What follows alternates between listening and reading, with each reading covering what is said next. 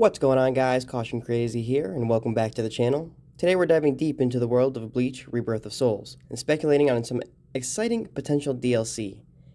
The game's base roster is fantastic, covering a huge portion of the Soul Society and Arrancar arcs, but we all know that there's much more to the Bleach universe. We're here to talk about what character stories and stages we'd love to see added to the game.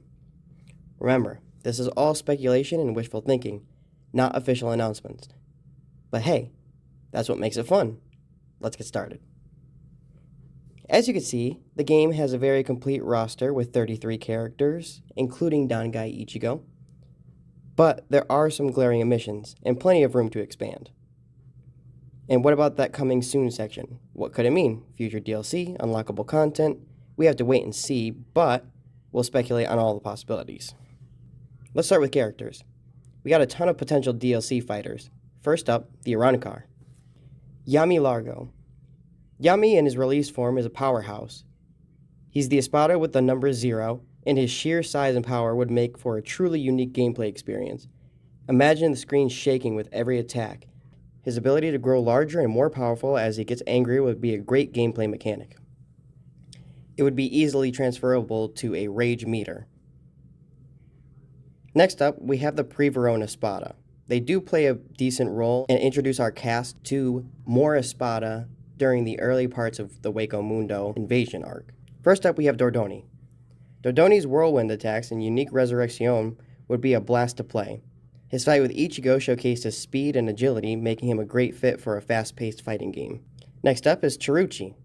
Cheruchi's whip-like attacks and unique resurrection, Tessera Grande, would provide a very unique fighting style. Her ability to control her wings and use them as blades would be visually stunning. We also have Gantenbein. Gantenbein's unique resurrection, Dragra, and his powerful attacks would make him a formidable fighter. His ability to create shockwaves and his powerful physical attacks would make him a great heavy hitter, and I can't imagine Chad ever losing to him. Next up is maybe a controversial one, but we got Luffy. Luffy's unique tentacles and ability to replace his limbs would provide a very unique and interesting fighting style. His quick attacks and wide range would be very fun to play. We also have Charlotte Coolhorn. Charlotte's flamboyant personality and unique fighting style would make him a fan favorite. His unique resurrection and prideful attacks would be very fun to see in the game. We also have Baragon. He is the number 2 Espada, the former king of Hueco Mundo, and he's a must-have character. His ability to age anything he touches, Respira, would be a game changer. His sheer power and presence would make him a formidable opponent. Next up is Zamari. Zamari's unique ability, Gamalo Sonido, and his heartfelt fight with Byakuya make him a great fit. His ability to take control of his opponent's limbs would add a unique gameplay mechanic. And we got an honorable mention for the Arrancar category, Redborn. Redborn's unique ability to summon Calaveras and his fight with Rukia make him a great fit. His ability to overwhelm his opponents with sheer numbers would be a great gameplay mechanic. And we've already seen that some characters have additional characters that they can summon in, so that would be a perfect gameplay mechanic to expand upon. Next up, we have the Soul Reapers. First up, I have Tessai Tsukabishi. As the former Kido Corps captain, Tessai's Kido abilities would be incredible. His mastery of high-level spells would make him a powerful and versatile fighter.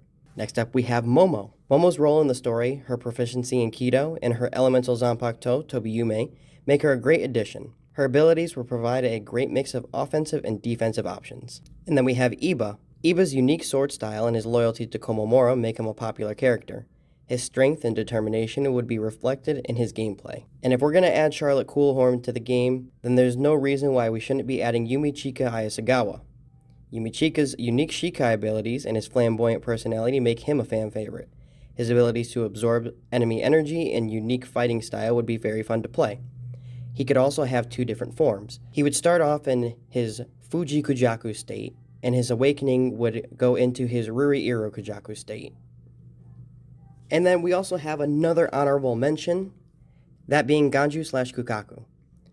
Ganju's role in the Soul Society and Thousand Year Blood War arcs, plus a potential for a Thousand Year Blood War skin, make him a strong contender. His Earth-based Kido and his unique fighting style would add variety to the roster. And Kukaku could be a support character for him where he calls her in to send off fireworks or other abilities that she showcased. We do know that she's also a very skilled Kido user. Moving on to the Vizards. First up, we got Hachi. Hachi's Kido expertise, especially his barrier and sealing techniques, would make him a unique fighter.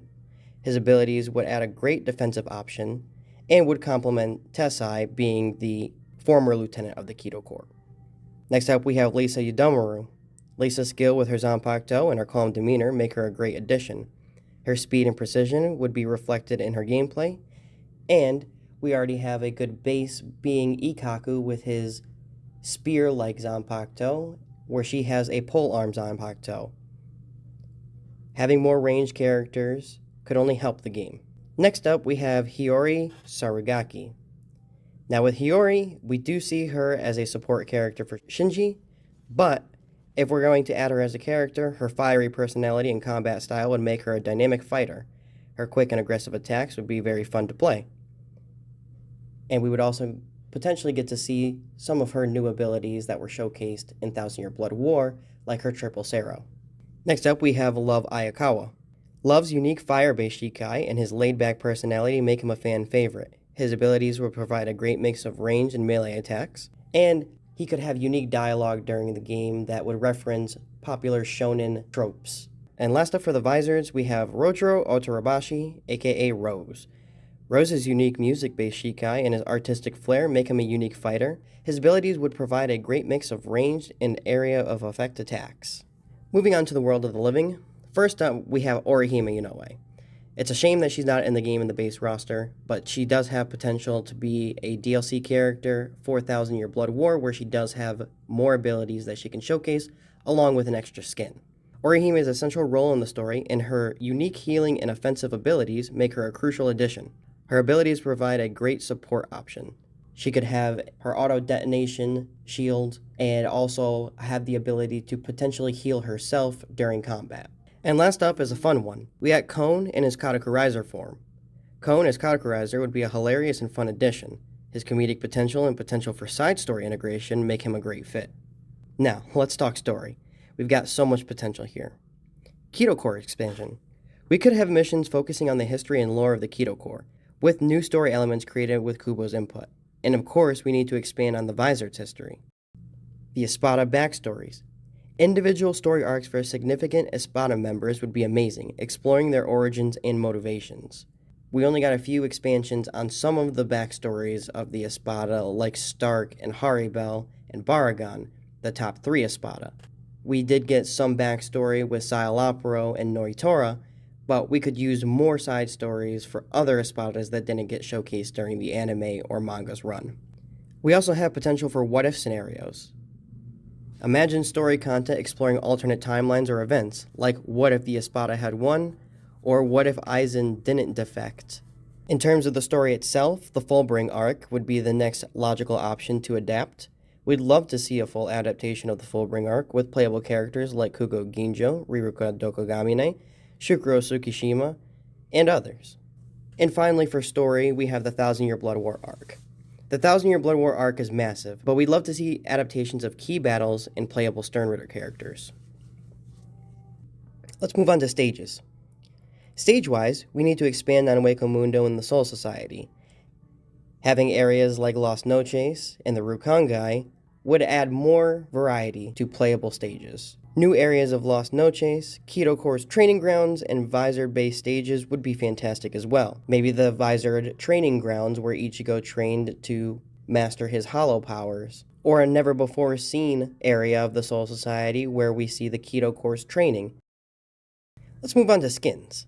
For skins, we're thinking alternate resurrection designs, flashback outfits, and maybe even some what-if skins. Another thing that we could do is, if K-Lab allows Tamsoft to adapt some of their designs, we have Beyond Bankai, Beyond Resurrection, and finally, let's talk about that coming soon section on the roster image. What could it mean? Future DLC, unlockable content, we have to wait and see, but we're definitely excited to find out. What do you guys think? What's on your DLC wishlist? Let us know in the comments below, and don't forget to like and subscribe for more Bleach Rebirth of Souls content. Rebirth of Souls comes out this Thursday. I will be making videos and streaming it day 1, so stay tuned for that. And don't forget to subscribe and hit the notification bell so that way you get updated when I do go live. That's really all I got for you today. I hope you guys enjoyed my video. Caution out.